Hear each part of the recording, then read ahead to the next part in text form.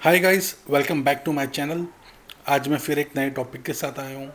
आज जो टॉपिक हम कवर करने वाले हैं वो है how to give potassium permanganate bath to discus fish.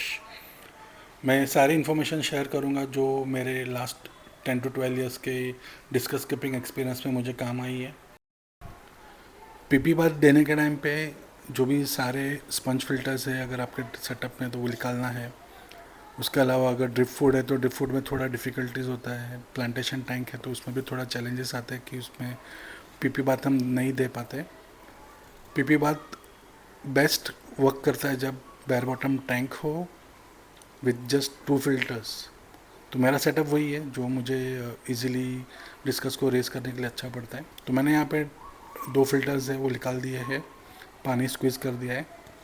इसको मैं क्लीन नहीं करूँगा, ये मैं आगे रीज़न बताऊँगा कि मैं क्यों नहीं कर रहा हूँ।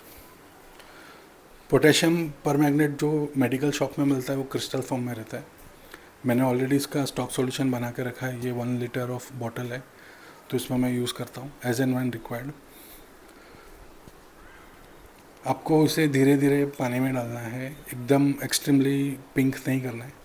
डिस्कस विजिबल होने चाहिए, आप उसको ऑब्जर्व कर सकते हैं। नेक्स्ट 30 मिनट्स के लिए उतना ही डालना है। पीपी बात थोड़ा रिस्की है तो आपको मेक श्योर करना है कि एकदम प्रिकॉशनरी मेजर आप ले, ओवरडोज ना करें। ओवरडोज से स्किन बर्न के चांसेस होते हैं डिस्कस को। ऑक्सीजन लेवल डिप्लीट हो जाता है जब ये पीपी स्टॉक सॉल्यूशन डालते हैं। दैट इज़ द रीज़न ये एरेशन जो है उसको हाई करना है। ये डिस्कस अभी विजिबल है, उसका ब्रीदिंग नॉर्मल है, स्ट्रेस में नहीं है, वही हमें मेक श्योर करना है। शॉर्ट पीपी बात हम दे रहे हैं, this is only for 30 minutes to 45 minutes।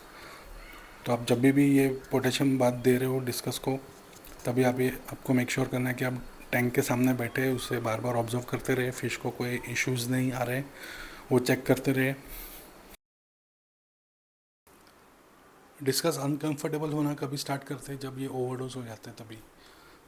For example discuss अपना बॉडी रब करना स्टार्ट कर देंगे टैंक के ग्लासेस में, या एकदम स्ट्रेस में आ जाएंगे, ब्लैक ब्लैक पड़ जाएंगे, एक कॉर्नर में रहेंगे, ऊपर ब्रीदिंग के लिए गैप्स करेंगे। दैट मीन्स कि ऑक्सीजन लेवल काफ़ी लो है। सो 30 to 45 मिनट्स आप जब ये दे रहे हैं तभी ऑब्जर्व करना है कंटिन्यूसली कि कुछ डिस्कस कोई इशू नहीं है। ये काफ़ी रिस्की है, लेट मी से इट वंस अगेन, काफ़ी रिस्की है अगर आप ये फर्स्ट टाइम कर रहे हैं। अगर आप किसी के गाइडेंस में करेंगे तो ज़्यादा बेटर है, जो आपको गाइड कर सकता है हर स्टेप्स पे। This is also one of the precautionary major while taking care of discuss fish. ये आपके 45 डेज़ के मेंटेनेंस साइकिल में होना चाहिए। जब भी आप पोटेशियम बात देते हैं मेक श्योर कि आप 45 to 60 डेज़ में एक टाइम दें। रीज़न ये है कि डिस्कस अगर आपके मल्टीपल सोर्स से आ रहे हैं, फॉर एग्जांपल डीलर 1 से लिया, डीलर 2 से लिया, डीलर नंबर 3 से लिया, तो तीनों के स्टॉक आप एक ही टैंक में रख रहे हैं विदाउट क्वारंटीन, तभी ये पीपी बात काम में आता है।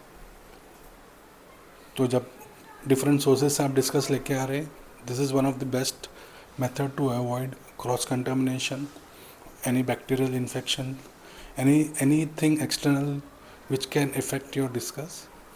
PP bath works really well. Water almost 50% हो चुका है। मैं यहाँ पे जो पिंक वाटर है, जो पोटेशियम का पानी है, वो मैं निकाल रहा हूँ एक साइड से, और सेकंड साइड से मैं स्क्रबिंग कर रहा हूँ। मैं ओल्ड टूथब्रश का यूज़ भी कर रहा हूँ यहाँ पे, जब भी एज ऑफ टैंक से जहाँ पे स्क्रबिंग पॉसिबल नहीं है वहाँ पे मैं टूथब्रश यूज़ कर रहा हूँ। सो मैं सारी चीज़ें यहाँ पे ध्यान में रख रहा हूँ कि मेरे टैंक्स जो है वो इंटरनली क्लीन हो।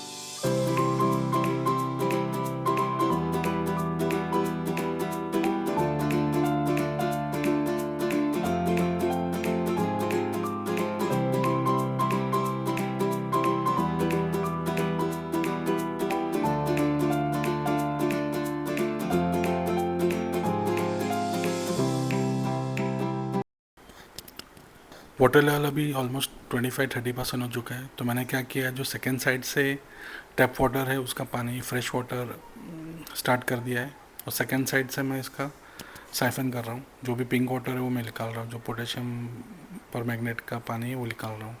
इससे क्या होता है, 110%, 120% पानी क्लीन हो जाता है। जितना फ्रेश वाटर डिस्कस को दे सकते हैं उतना ज़्यादा अच्छा है पोटेशियम बात के बाद। अगर आपके पास वाटर शॉर्टेज है तो आप इसमें हाइपो या हाइड्रोजन पेरोक्साइड यूज़ कर सकते, पोटेशियम को ज़ीरो आउट करने के लिए। मैं वापस मेक श्योर कर रहा हूँ कि सारे edges of tank, sides of tank clean हो, उसमें कुछ भी स्टक ना हो। तो मेरा स्क्रबिंग जो है आप कंटिन्यूसली देख सकते हैं, मैं तब तक करते रहूँगा जब तक मैं कन्विंस नहीं हूँ कि हाँ मेरा टैंक क्लीन है अभी। अब नेक्स्ट क्वेश्चन ये आता है कि क्या साइज़ के डिस्कस को हम पीपी बाद दे सकते हैं। इसका आंसर है कि थंबनेल प्लस के डिस्कस को हम दे सकते हैं। एक्चुअली बेबीज़ जब बॉडी पे रहते हैं वहाँ से भी कभी कभी ब्रीडर्स लोग स्टार्ट कर देते हैं, बिकॉज एक्सटर्नल प्रॉब्लम्स जब नोटिस होता है पीपी बाद वहीं पे काम में आता है। तो यस, डिस्कस साइज़ मैटर नहीं करता है, थंबनेल प्लस के डिस्कस को हम पीपी बाद दे सकते हैं। नेक्स्ट पॉइंट मैं कवर करूँगा कि क्या टाइम ड्यूरेशन के लिए हमें पीपी बाद देना चाहिए। So minimum is 15 minutes 15, and maximum तो मैंने कई कई ब्रीडर्स एंड रेजर्स को देखा है कि 24 आवर्स का भी ट्रीटमेंट देते हैं। वो जो 24 आवर्स का ट्रीटमेंट रहता है वो एकदम माइल्ड रहता है, जो एक्सट्रीम केसेस में काम आता है वो। सो हमें इतना एक्सट्रीम नहीं करना है, हमें सिर्फ मंथली या 45 डेज़ टू 60 डेज़ का जो साइकिल है, मेंटेनेंस साइकिल, वही फॉलो करना है। करंट सिचुएशन देखेंगे टैंक का, तो एक साइड से फ्रेश वाटर आ रहा है, दूसरे साइड से मैंने साइफनिंग करना स्टॉप कर दिया है, बिकॉज अब उसको देखें टैंक को नोटिस करेंगे तो जो पिंक वाटर है वो सारा निकल चुका है। डिस्कस कंफर्टेबल लग रहे हैं, एरेशन अभी भी फुल पे ही है, मैंने इसे स्टॉप नहीं किया है।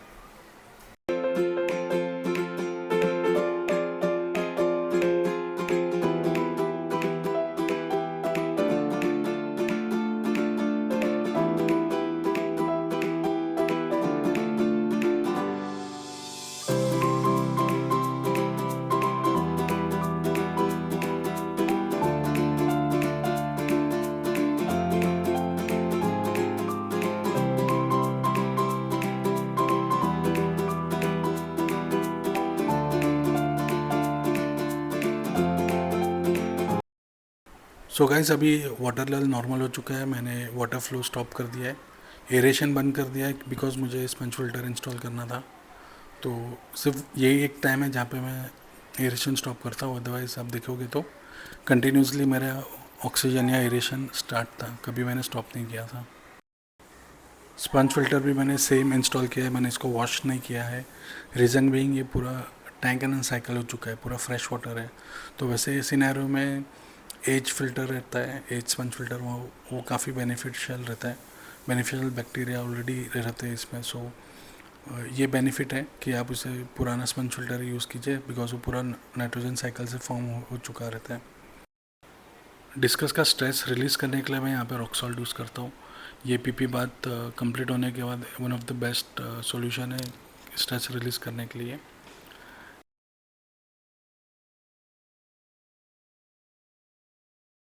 आफ्टर 1 आवर मैंने फीडिंग भी ट्राई किया है कि ये देखने के लिए कि फ़िश स्ट्रेस में नहीं है, तो मैं यहाँ पे हिकारी ब्लड में फीड कर रहा हूँ। फ़िश को देख सकते हैं काफ़ी एक्टिवली आके उसको खा रहे हैं। दैट मीन्स कि हमारा जो पीपी बात था वो सक्सेस गया है। फ़िश कोई भी स्ट्रेस का साइन बता नहीं रहा है। ये जो स्टॉक देख रहे हैं आप, ये हैकल क्रॉस है जो मैंने रिसेंटली इंपोर्ट किया था। Size is around 4.5 inches. So guys, मैंने सारे पॉइंट्स कवर किए, होपफुली आपको ये वीडियो पसंद आया होगा, और पसंद आया तो प्लीज़ लाइक एंड सब्सक्राइब कीजिए, please share with your friends, let them also gain knowledge, please keep in touch. Thanks for watching, bye.